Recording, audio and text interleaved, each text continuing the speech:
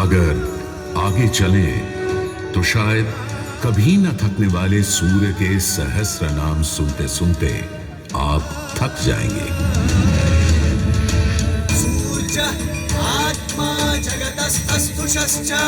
हमारी सभ्यता के सबसे पुराने और आधारभूत ग्रंथ ऋग्वेद के पहले मंडल में ही सूर्य का बखान करती हैं ऋचाएं, और सूर्य से मिली अग्नि से ही शुरू होती है ऋग्वेद की पहली ऋचा अग्नि,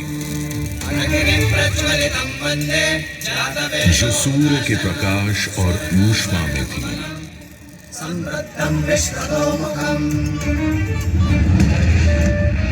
अग्नि जो दावानल और ज्वालामुखी में प्रलयंकारी विध्वंसक के रूप में विद्यमान थी। अग्नि जो चौखट पर पहरेदार तथा चूल्हे में एक मित्र के रूप में भी मौजूद थी।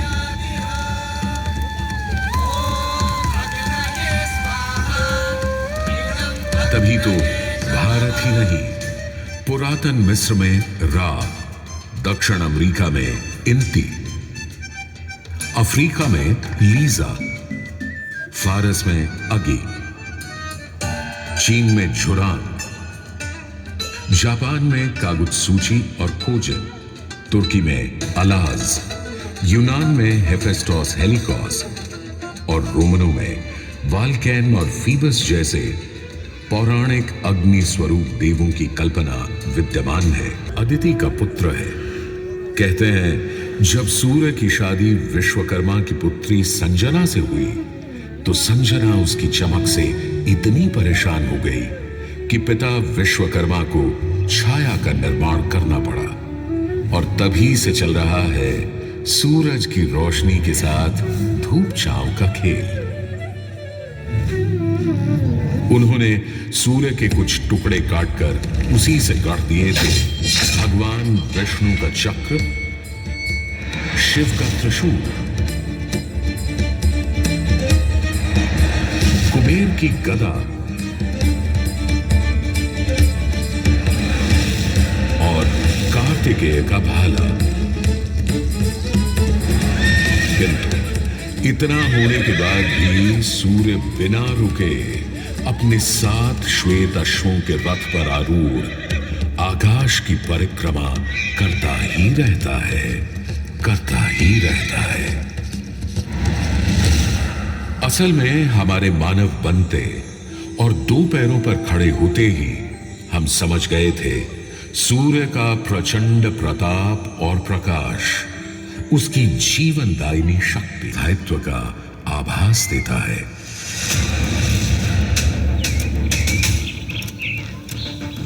सूर्य से ही तो हमारी फसलें, फल, पक हमें भोजन देते हैं। सूर्य से ही तो हमें बादल और बारिश मिलती है, और सर्दियों में सूर्य जरा रूठा तो जीना दूभर हो जाता है। पेड़ों के पत्ते झड़ जाते हैं, वन्य जीवन गुप्त होकर लुप्त हो जाता है, और पूरी दुनिया बेरंग सफेद हो जाती है।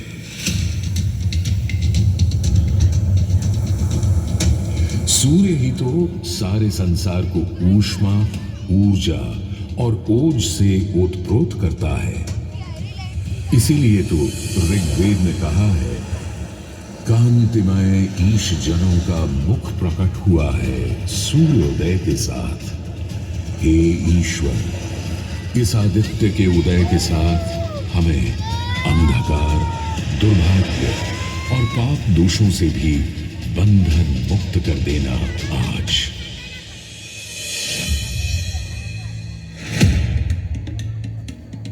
और अगर ग्रहण के समय सूर्य कुछ क्षणों को लुप्त हो जाए तो सारे संसार में हाहाकार मच जाता है।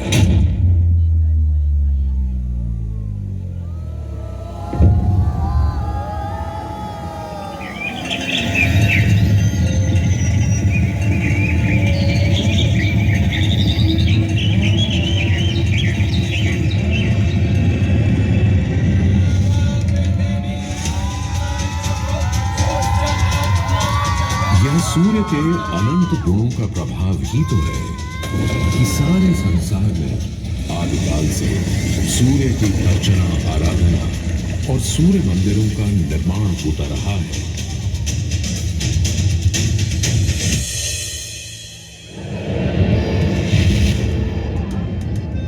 दक्षिण अमेरिका के इंका काल के सूर्य उपासना स्तूप, मिस्र के रामसेस मंदिर परिसर में स्थित सूर्य मंदिर,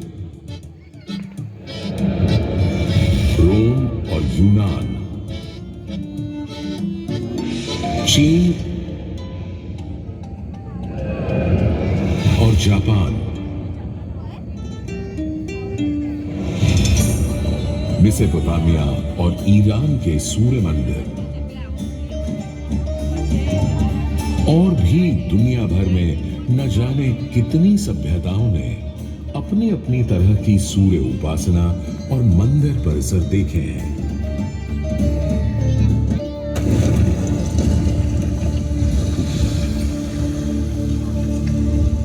उत्तर में कि देश के पश्चिम में अपने गर्वी गुजरात में, अपने इस मोढेरा में सदियों से स्थित आपके सामने खड़ा यह सूर्य मंदिर संसार का सबसे विलक्षण, विचित्र, वैविध्यपूर्ण, सुंदर, सुरूप, सुघड़ और सुघर मंदिर है।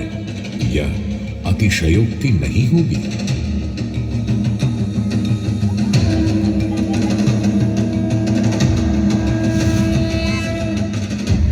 11वीं सदी में चालुक्य घराने के सूर्यवंशी सोलंकी सम्राट भीमदेव प्रथम ने तो यहां एक चमत्कार ही कर दिखाया।